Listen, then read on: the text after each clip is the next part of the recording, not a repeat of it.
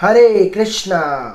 तो देखिए दोस्तों, आज की इस वीडियो में हम करने वाले हैं एक्सरसाइज 3.3 का क्वेश्चन नंबर 1 से लेकर के 4 तक। तो 3.2 तक मैं सारा डिस्कस कर चुका हूँ ये चैप्टर। तो अगर आपने इसकी प्रीवियस वीडियोस अभी तक नहीं देखी है तो आप उनको भी अच्छे से ज़रूर देख लें। उसकी प्लेलिस्ट का लिंक मैंने नीचे डिस्क्रिप्शन में दे रखा है, क्योंकि ये चैप्टर जो है वो लिंक है पीछे की एक्सरसाइजेस से। तो अगर आप वो देख लेंगे फिर आप इसको देखेंगे तो आपको बहुत अच्छे से समझ में आएगा, ठीक है ना। और जिसको पहले से ही पता है, बढ़िया बात है ये तो भाई।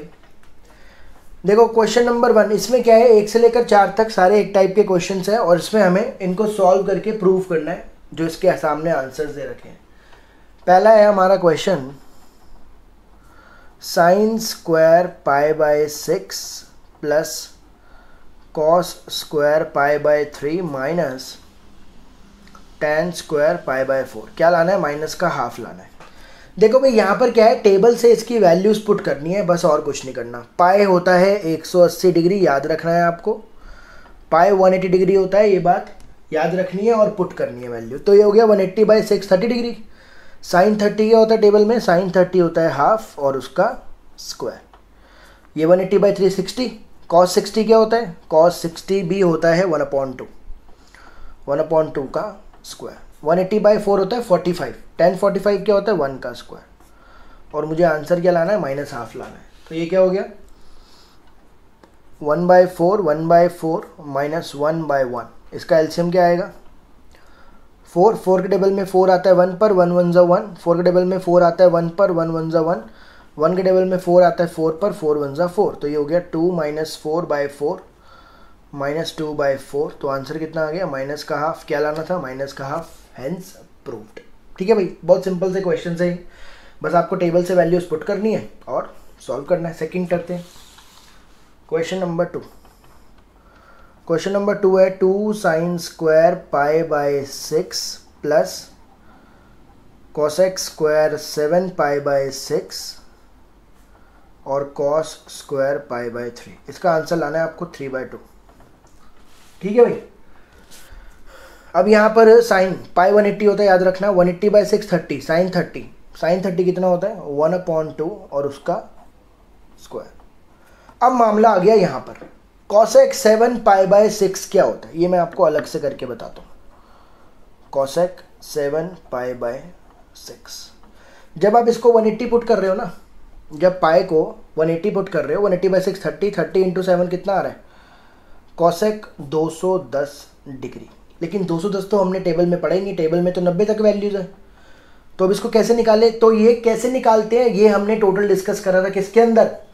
3.2 एक्सरसाइज के अंदर। कैसे होता है देखो, तो ये होता है हमारा 0 डिग्री 360 डिग्री, ये होता है 90 degree 180 degree 270 degree, after school to college, plus minus plus minus plus minus plus.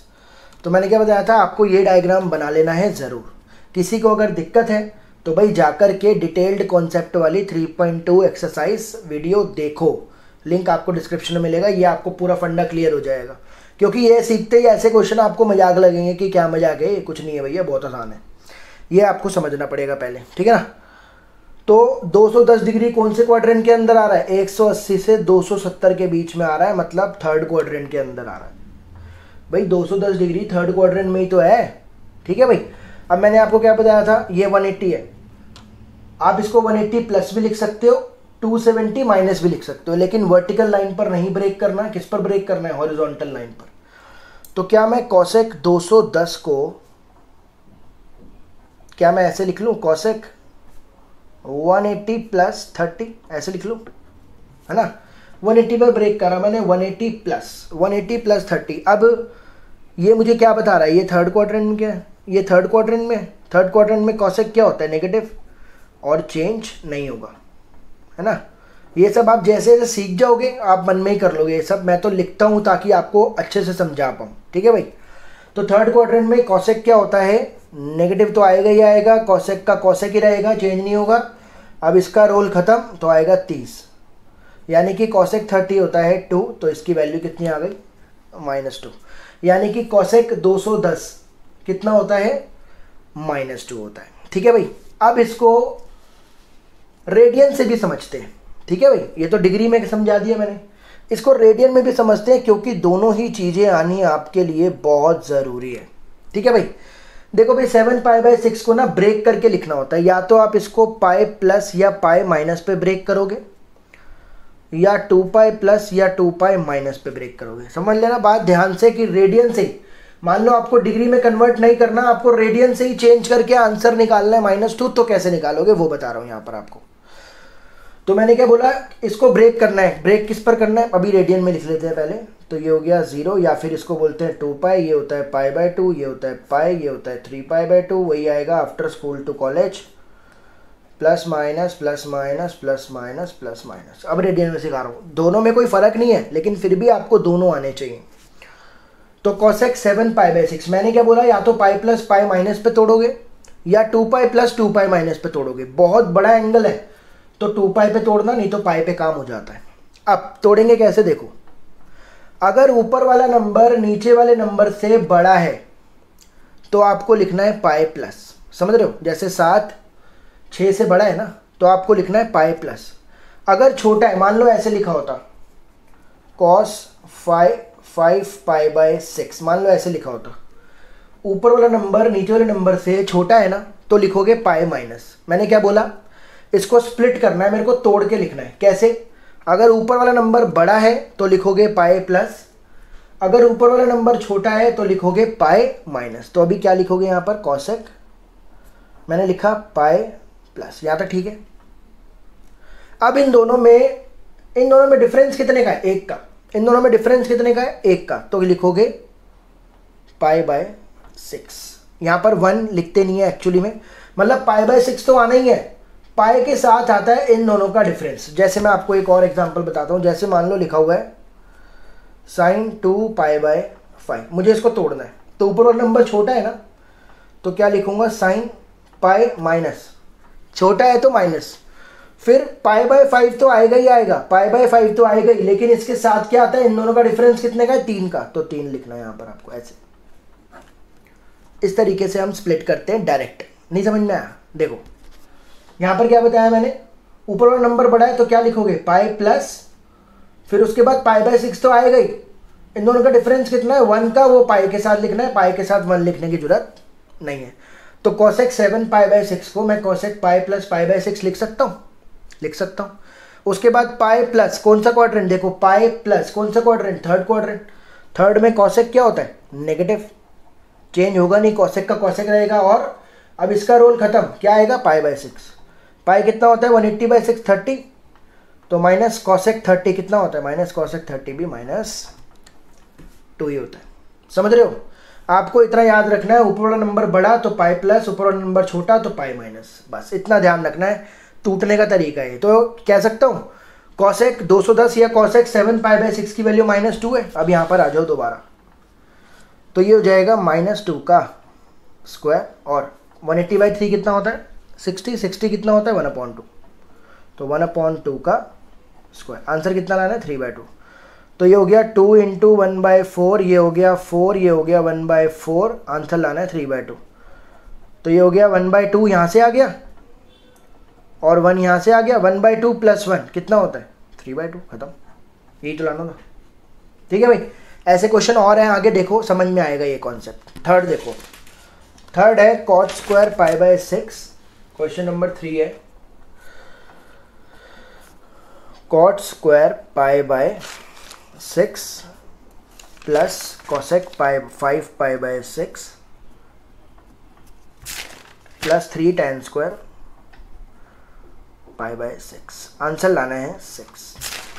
देखो भाई 180 होता है, पाई होता है 180, 180/6 30, cot 30 क्या होता है, cot 30 होता है √3 का square.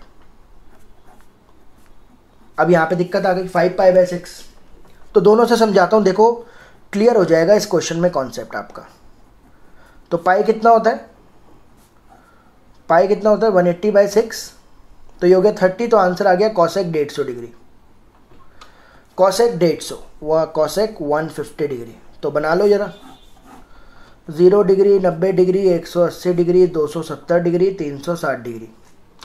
After school to college plus minus plus minus plus minus plus minus. तो 150 डिग्री का है 90 से 180 के बीच में सेकंड क्वाड्रेंट में। या तो 180 माइनस पे तोड़ोगे या 90 प्लस करो। भाई 150 क्या होगा, या तो 90 प्लस या 180 माइनस। वर्टिकल पे तोड़ना नहीं है, हॉरिजॉन्टल पे तोड़ेंगे। तो 150 को लिख दूं 180 माइनस 30 लिख दिया।